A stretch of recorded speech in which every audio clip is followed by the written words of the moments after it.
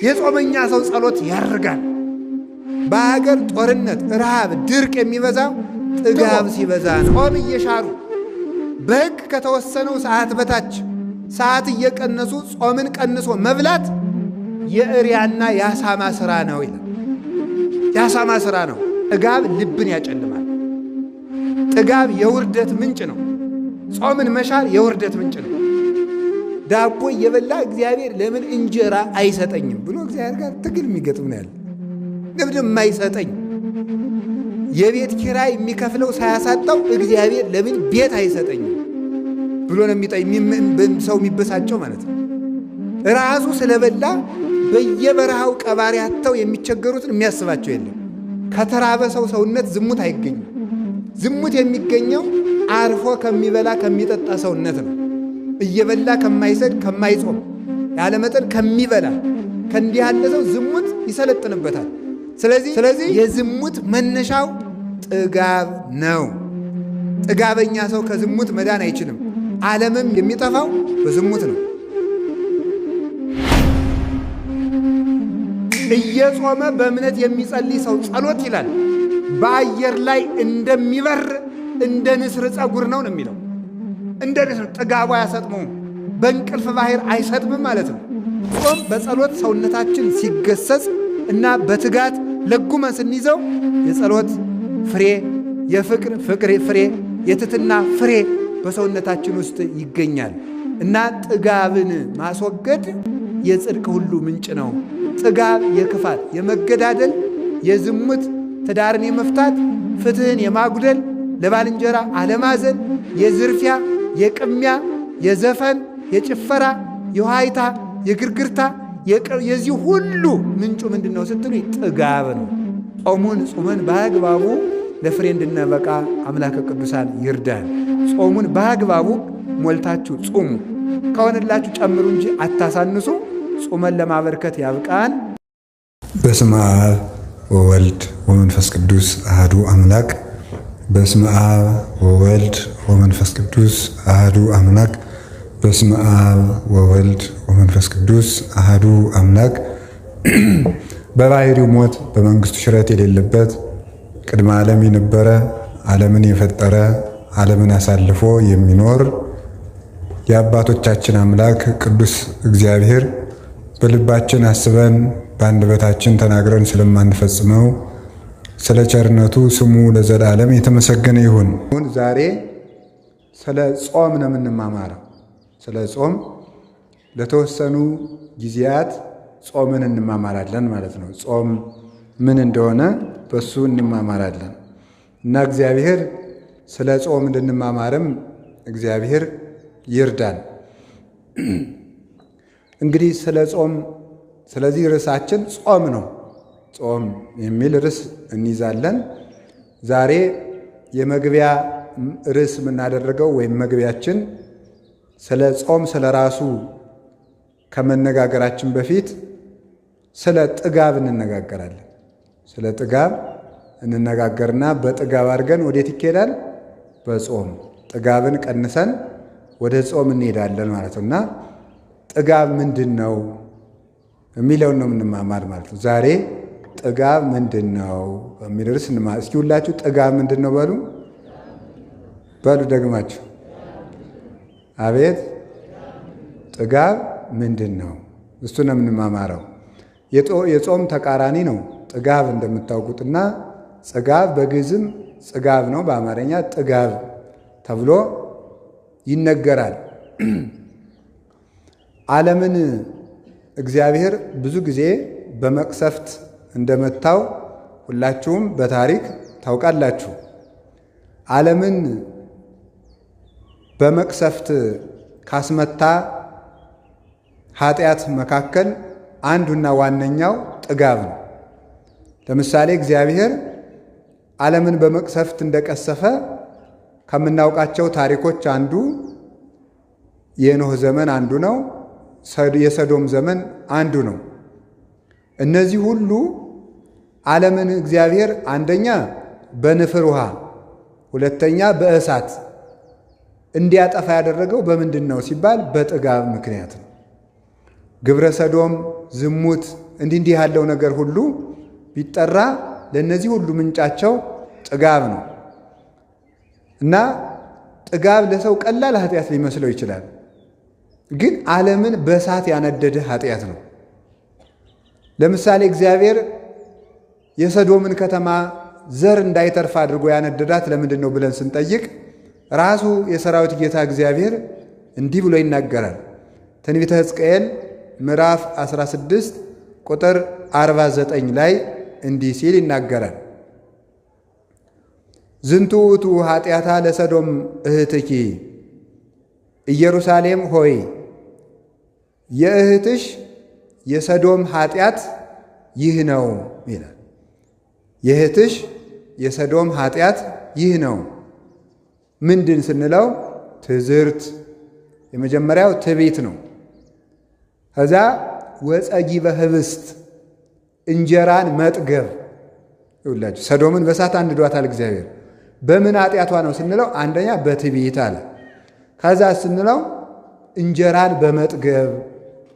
ሁለተኛው ኃጢአት ስላል ስንለው ደግሞ እረፍት ወምረፍት ይላል።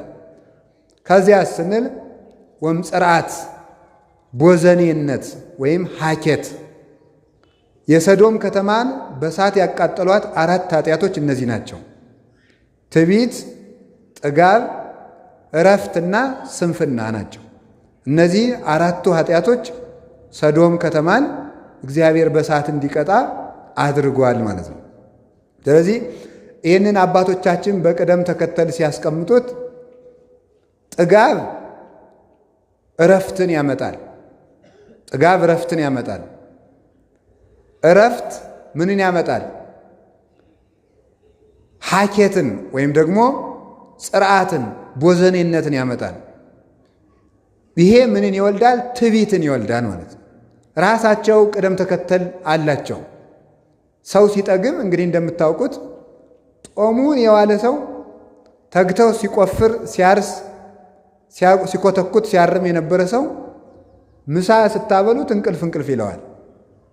ጥጋብ ምንን ያመጣል ማለት ነው? እረፍትን ይወልዳል ማለት ነው። ጥጋብ እረፍትን ይወልዳል። እረፍት ስለዚህ ሰው ሲበላ ያለመጠን በበላ ጊዜ ማረፍ ነው የሚፈልገው። ቢደክመዋል ማረፍ ይፈልጋል። ሲያርፍ ምን ይሆናል ደግሞ? ሰውነቱ ልህሉህ ይሆናል። ልህሉህ ይሆናል። ልል ዘሊል ይሆናል ማለት ነው። ተመልከቱ። የታን ዘይልል እንዲል ይላሉ አባቶቻችን። ልህሉህ ዝም ብሎ ይሄ ነዝላል ይሆናል ማለት ነው። ነገሩን በአግባቡ ማከናወን የማይችል ከራስ ጠጉሩ እስከ እግር ጥፍሩ ድረስ በድንጋይ የተቀጠቀጠ ያህል እስኪሰማው ድረስ ሰውነቱ በሙሉ ድቅቅ ይላል። ያቅተዋል። የተደበደበ ያህል ይሰንፋል፣ ይዝላል። እጁ ይሰንፋል፣ እግሩ ይሰንፋል፣ ደረቱ ይሰንፋል፣ ሰውነቱ በሙሉ ይሰንፋል። ምን ይወልዳል? ከዚያስ ስንፍናን ይወልዳል ማለት ነው። ከዛ ስራውን በአግባቡ ማከናወን ያቅተዋል። መጻሕፍቱን በሙሉ ለጸሎት ቁሞ ጸሎት ጀምሮ ጸሎቱን እግዚአብሔር ይወደዋል ወይም በእግዚአብሔር ፊት እየጸለይኩት ነው ሳይሆን ገጾችን እየጨረስኳቸው ነው ወይ ብሎ መቁጠር ይጀምራል ማለት ነው። ከዚያ በኋላ እንቅልፍ ይዞት ይተኛል ማለት ነው። ያንን የሚያመጣው ምንድን ነው ሲባል ጥጋብ ነው። ጥጋብ እረፍትን ያመጣል። እረፍት ስንፍናን ያመጣል። ስንፍና ደግሞ ሰውነት ሲታጀር ደግሞ ምን ያመጣል? ትዕቢት ይመጣል ማለት ነው። ትዕቢት ይመጣል። ቦዘኔ የሆነ ከሆነ የተነሳ ትዕቢት ያድርበታል። ዘላ ሲታበይ ራሱን የሚያስተዳድር ያህል ይሰማዋል። ረድኤተ እግዚአብሔርን ተግቶ መፈለግን ያቆማል። እግዚአብሔር የማይቸግረው ስለሚመስለው የጠገበ ሰው እንኳንስ የሚታመም የሚሞት እንኳን አይመስለው። ሰው በጠገበ ሰዓት እንኳን ሕመም፣ ሞት፣ እንኳን ድህነት፣ ሞት ትዝ አይለውም። ስለዚህ ሰው ደግሞ ተዘክሮተ ሞት ከሌለበት ሞትን ከረሳ ደግሞ የሰው ልጅ ምን ይሆናል? በፍጹም ትዕቢተኛ ነው የሚሆነው። ትሕትና አይኖረውም። ለተራበ አያዝንም፣ ለተቸገረ አያዝንም፣ ለታመም አያዝንም። ሰዎች ተሰደዱ ሲባል እንደ ቀላል ተረትና ታሪክ ያዳምጠዋል እንጂ ከልቡ ውጋት ሆኖ አይሰማውም። ሰው ለሰው የማያዝንበት ምክንያት ከዚህ የተነሳ ነው። ሕማሙ ሕማም ከሰው ቁስል እንጨት ቢሰዱበት አያምም ይባል አይደለ? የሰው ችግር ሰው የማይረዳው ስለሚጠግብ ነው። የረሃበው ሰው የማንንም ችግር ያዳምጣል። ረሃብ በሌለበት መደማመጥ የለም። ጥጋብ በሌለበት ሰው አያደምጥም፣ አይሰማም። ታውቃላችሁ አይደል? አሁን ዝም ብሎ እድሜ ልኩን በሙሉ እየበላ ያደገ ሰው ምንድን ነው የሚሆነው? ለሰው አያዝም። ብታውሉት እንዲህ ያለ ሀገር እኮ ድርቅ መታው ሲባል ተው እኔ ይቅርታ አድርጉልኝ ጭንቅ አልሰማም፣ እኔ እንደዚህ ያለ ነገር ከፊቴ አታውሩብኝ ነው የሚለው ማለት ነው። መስማት ራሱ አይፈልግም። አንዳንድ ሰዎች አሉ አሁን በከተማ ትልልቅ ባለጸጋ የሚባሉት ይሄ የስደተኞች ታሪክን የሚዘግብ ፊልም እንኳን ሲመጣ ዝጉ ልጆች መጨናነቅ የለባቸውም የሚሉ ማለት ነው። እነዚህ ልጆች ምንድን ነው የሚሆኑት? ከዛ ያለ ጊዜው እንደበቀለና ፀሐይ ሲወጣ ወሶበ ሰረቀ ፀሐይ መጽለው እስመ አልቦ እመቅ ለመሬቱ ጥልቅ ስለሌለው አፈሩ ጥልቅ ስላልሆነ በሾህ ላይ በጭንጫ ላይ የበቀለ ስለሆነ አለ ፀሐይ በወጣ ጊዜ ደረቀ አለ። እንደዚህ ነው ተመልከቱ። እየጠገበ የኖረ ሰው ችግር በመጣ ጊዜ ወዲያው የሚደርቅ ተክል ነው። ጌታ ይህን ነው የተናገረው። ማቴዎስ 13 ላይ በጭንጫ ላይ የወደቀ ዘር ነበረ፣ ፀሐይም በወጣ ጊዜ ደረቀ፣ ለመሬቱ ጥልቀት የለውምና። ሐዘንን የማይወዱ ሰዎች በትንሽ መከራ ሃይማኖታቸውን ይክዳሉ። በትንሽ መከራ ጠባያቸው ይለካል። ከሰው ጋር መኖር አይቻላቸውም። አትንኩኝ ባዮች ናቸው። ሁልጊዜ ማለት ደካሞች ናቸው። እንዲህ ያለ ድኩም የሚያደርገው ምንድን ነው? ሁልጊዜ መጥገብ ነው። ለሰው ማዘን፣ ርኅራኄ፣ ምሕረት የሚጠፋው እግዚአብሔር ሰውን የሚምረው ሰው ለሰው ሲያዝን እግዚአብሔር ደግሞ ለእሱ ይራራል። ተመልከቱ። እናንተ ለባልንጀሮቻችሁ መሐሪያን ሩሩሆች ሁኑ ከመ ትኩኑ ውሉዶ ለአቡክሙ ዘበሰማያት። ለሰማይ አባታችሁ ልጆች ተሆኑት ዘንድ እናንተም ለባልንጀሮቻችሁ ሩሩሆች ሁኑ። የሰማይ አባታችሁ ለፍጥረት ሁሉ እንደሚራራ እናንተም ለፍጥረት ሁሉ ስትራሩ የሰማይ አባታችሁን የእግዚአብሔርን መልክ እንደያዛችሁ በዚህ ይታወቃል አለ። ያንን መልክ እንዳንይዝ የማያደርገን መተዛዘንን የሚያጠፋው ምንድነው ስትሉ ጥጋብ ሰው ለሰው እንዳያዝን ያደርገዋል። ሰው ለሰው ካላዘነ ደግሞ እግዚአብሔር ለሀገር ምሕረት አይልክም ማለት ነው። ስለዚህ የቸርነት ማጥፊያው ምንድነው? ጥጋብ ነው። ሰሎሞንን ያህል ንጉሥ የዳዊትን ልጅ ምንድነው ያደረገው? እንዲህ ያደረገውን ይመስላችኋል? ጥጋብ። የአንድ ቀን ሰው ርቦት በዚያ በቤተ መንግሥት ሲለምን አይደለም ስለ እግዚአብሔር እህል ሲል ምንድነው ያለው? ምን ሆኖ ነው አለ። እርቦት። ለመሆኑ ረሃብ ምንድን ነው አለ። ረሃብ ምንድን ነው ብሎ መለሰ። ነው ተቀምሳታለህ ብሎ እግዚአብሔር የገዛ ቀለበቱን አጠፋት። ከዛ በኋላ ሰሎሞን 2 እየለመነ በላ ብቻ አይደለም የሚበላው ማጣ። ማዘን እንዲለምድ እግዚአብሔር ጥጋቡን አራቀለት። ከዛ በኋላ ተምርኩ እየለመነ ሲበላ እንኳን ተጸይፈውት ከዕለታት አንድ ቀን ሊበሏት የተጸየፏትን የሞተች ዓሣ ነው ወርውረው የጣሉለት። የተጸየፏትን ያችን ደስ ብሎት ሰሎሞንን ያህል ባለጸጋ ጠብሶ ሊበላ ክፍት ሲያደርግ ቁልፉን አገኘና ቀለበቱን እጣቱ ላይ ሲያደርግ የእግዚአብሔር ክብር በላዩ ላይ ሰፈነበትና ንጉሡ እነዚህ ማን አመጣቸው ክብብ ብለው ወደ ቤተ መንግሥት መለሱት። ምን ብሎ ጸለየ? መጨረሻ ላይ እንዳልጠግብ ባለጸጋ አታድርገኝ፣ እንዳላማርርህ ድሃ አታድርገኝ፣ እነዚህን ሳልሞት አትከልክለኝ ብሎ ጸለየ ሰሎሞን። እንዳልጠግብ ባለጸጋ አታድርገኝ፣ እንዳላማርርህም እምበላው አታሳጣኝ፣ ሳልሞት እነዚህን 2 ጸሎቶችን አትከልክለኝ ብሎ ሰሎሞን እነዚህ 2 ነገሮች ይለምኗል ማለት ነው። ስለዚህ ድህነትም ክፉ ነው፣ ባለጸግነትም ክፉ ነው። ረሃብም ክፉ ነው፣ ጥጋብም ክፉ ነው። ሰው ረሃብን አትንሳይ ብሎ መጸለይ፣ ረሃብ አትስጠኝ ብሎ መጸለይ፣ የዕለት እንጀራዬን አትንሳይ ብሎ እንደሚጸልይ ከጥጋብ ጠብቀኝ ተብሎ ተጸልየዋል። ሰሎሞን ጸልየዋል። ከጥጋብ ጠብቀኝ። ሰው ሲጠግብ ማዘን ያጣል። ሲያዝን ማዘን ሲተው ይጨክናል። ሲጨክን ደግሞ እግዚአብሔርም በሱ ይጨክንበታል ማለት ነው።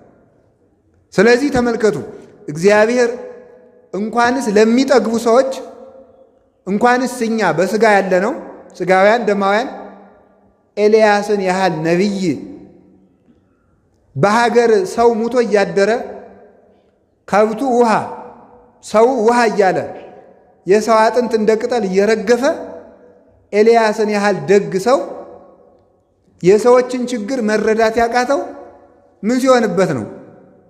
የእሱ ምሳ ስላለችለት ነው። እግዚአብሔር ከአንድ ቦታ አስቀመጠና ለነቢዩ ለኤልያስ ሥጋውን ያመጣለታል። አንዳንድ ጭን ሥጋ ይመጣለታል። አንዳንድ ጭን ሥጋ እየመጣለት ያችን ይበላል። ውሃይቱ ከማር ከውሃ የምትጣፍጥ ንጹሕ ምንጭ ትፈልቅለታለች።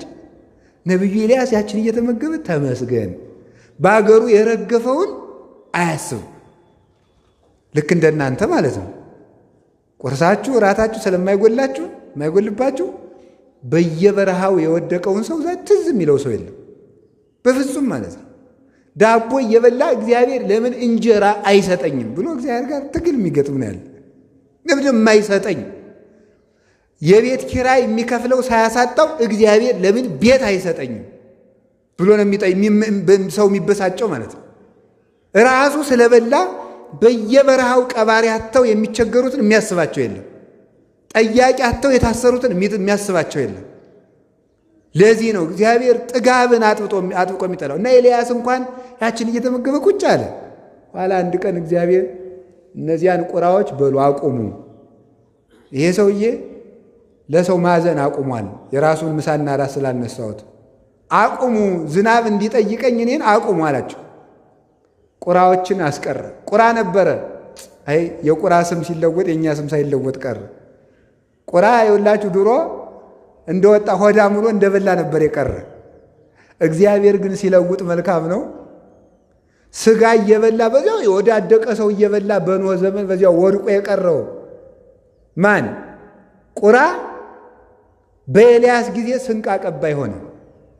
ይሁላችሁ እግዚአብሔር ሲፈልግ በአሞራ አፍም ሥጋ አምጥቶ ይመግባል ማለት ነው።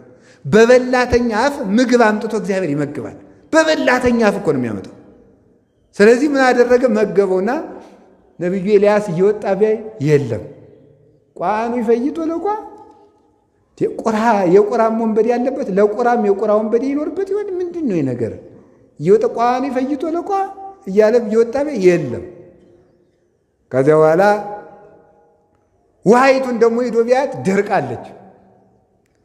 አዲያ ኤልያስ እንደኔና እንደናንተ ተበጻባጺ አይደለም። ይሄ ዝም ብሎ ሁከት የሚገባል። ፈጣሪን የምን በደልኩ አላለም።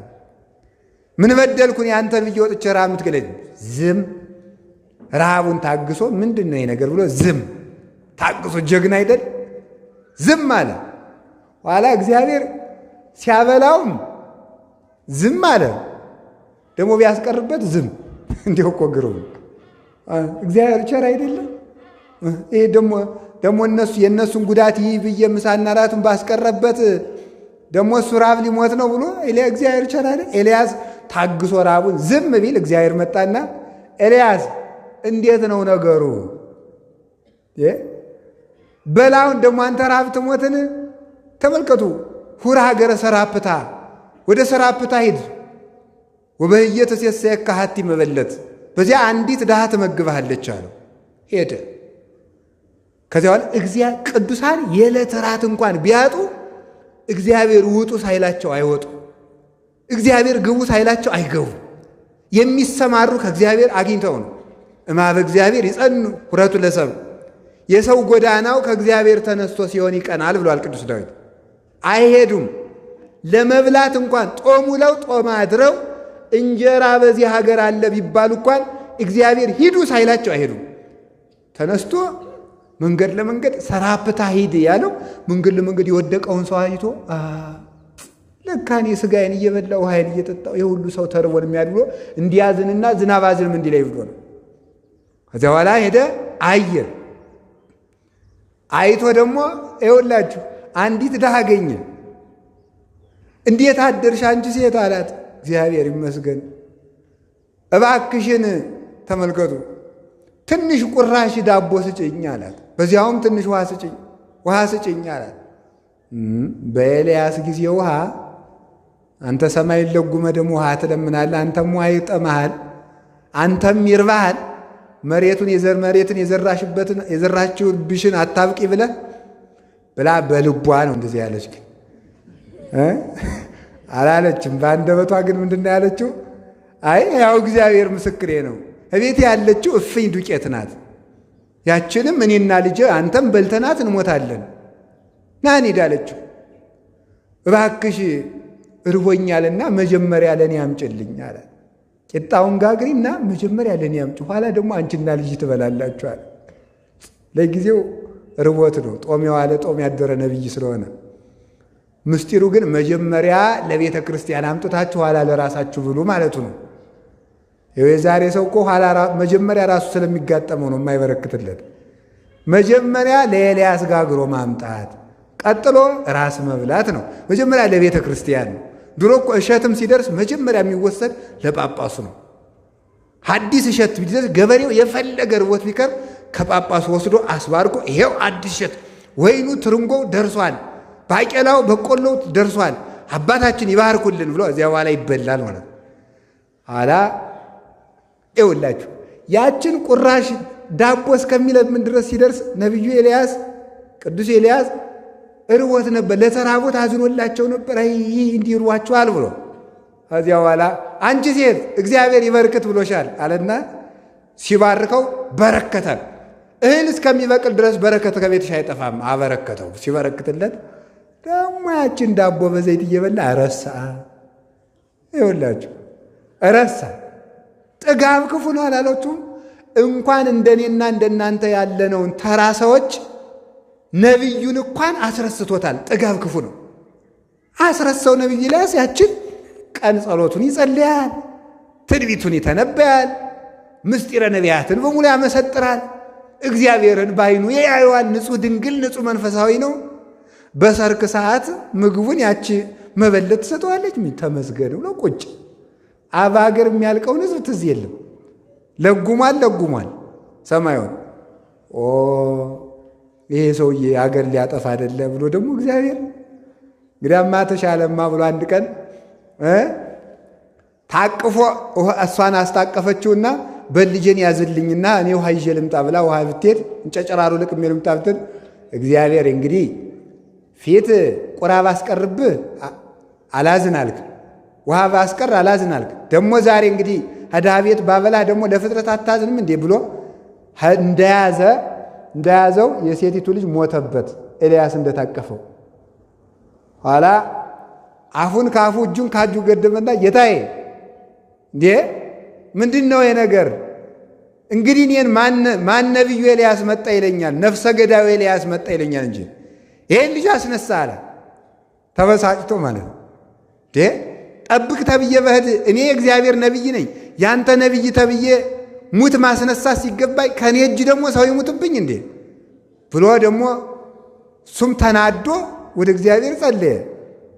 ኤልያስ አዘንክ አለው። ምን ነው አላዝን? ሰው ጠብቅ ተብዬ እጄ ላይ ሲሞት ላላዝን ነው እንዴ? አንተ ላልፈጠርከው ፍጥረት ስታዝን እኔ ለፈጠርኳቸው አላዝን? ሁሩ አስተርእዮ ለአክዓብ፣ በላውን ሂድና ለአክዓብ ተገለጥለት።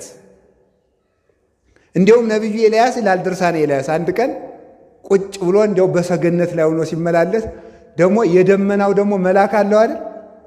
የደመናው መልአክ ደግሞ ደመናውን የሚያመላልስ መልአክ አለ። እኔ ስራዬን እንዴት ነው ይሄ ሰውዬ የኔን ስራ ቀማ እኮ አለ። ደመና የሚያመላልሰው መልአክም ደግሞ ተቆጣ። ደግሞ የኢየሱስ ስራው በምድር መጸለይ ነው። እኔ ስራ ገብቶ ደመናዬን እንዴት ይጋርዳል? አዘንባለሁ ብሎ ደግሞ ወደ እግዚአብሔር ፊት ቆመ። ዛሬ ተመልከቱ። አይ ተው፣ እሱ ለእኔ አምልኮት ቀንቶ ነው እንጂ ኤልያስ ትዕቢተኛ ሆኖ ለእሱ ክብር ብሎ አይደለም ተዋለ። መልአኩ ፈጣሪ ፍቀድልኝ አለው። ቻልክ እንግዲህ አዝንም አለው። ላይ ኤልያስ አንድ ቀን በሰገነት ላይ ሆኖ ትክ ብሎ ቢያይ ከባህሩ የደመናው መልአክ ውሃ ጠለፍ አድርጎ ሲወጣ አየው።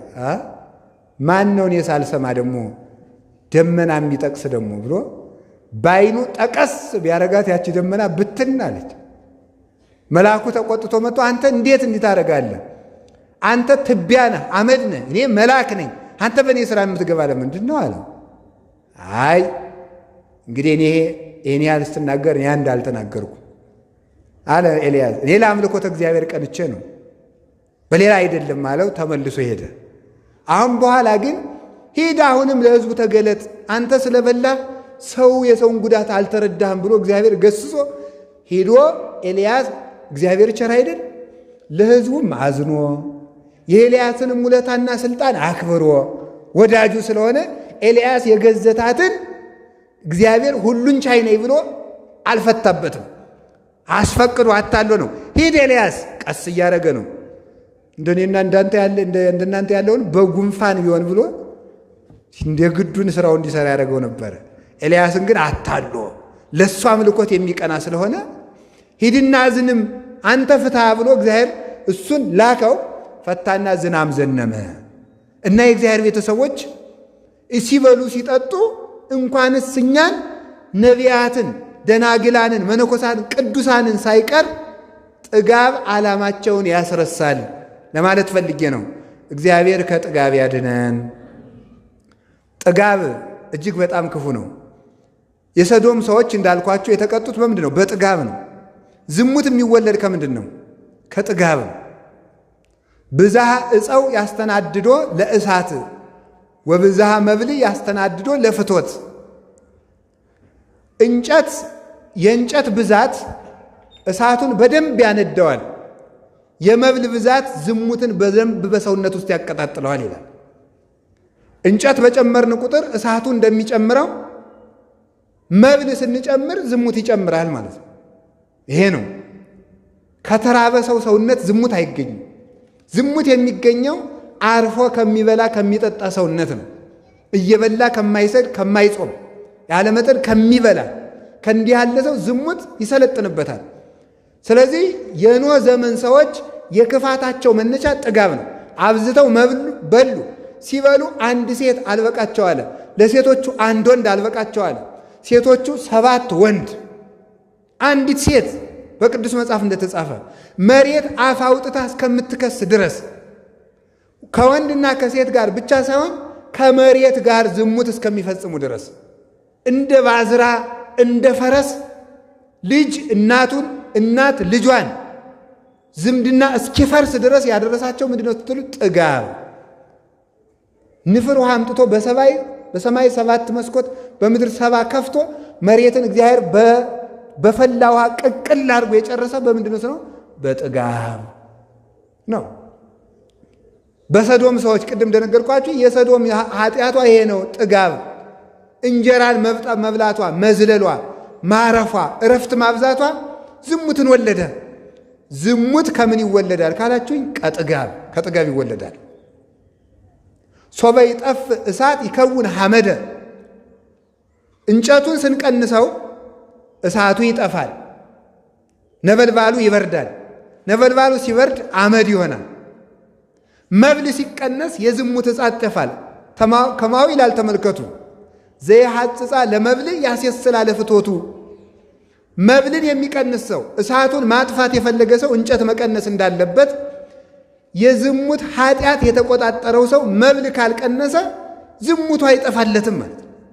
ዝሙት የሚጠፋው በምንድን ነው? መብልን በመቀነስ ነው። ይህንን የሚናገረው። ስለዚህ የዝሙት መነሻው ጥጋብ ነው። ጥጋበኛ ሰው ከዝሙት መዳን አይችልም። ዓለምም የሚጠፋው በዝሙት ነው። ሶምሶንን ያህል ሰው ምስጢር ያወጣ በምን ይመስላችኋል? ጥጋብ ነው።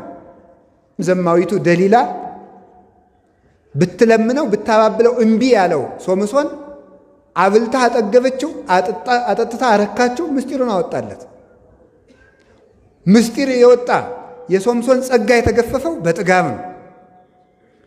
ቅዱስ ዳዊት የወንድ ሚስት የቀማው በምንድን ነው? በጥጋብ ነው። ነፍስ ያስገደለ በምንድን ነው? ሚስቲቱን መቀማቱ ሳያንሰው ባሏን ያስገደለ በምንድን ነው? በጥጋብ። በልቶ ጠጥቶ በሰገነት ላይ ሲመላለስ ረፍት ውሎ በልቶ ጠጥቶ በሰገነት ላይ ሲመላለስ የሴት አካል አየ፣ በሐፀ ዝሙት ተነደፈ፣ ወደቀ። በአንድ ጊዜ 3 ኃጢአት ሰራ።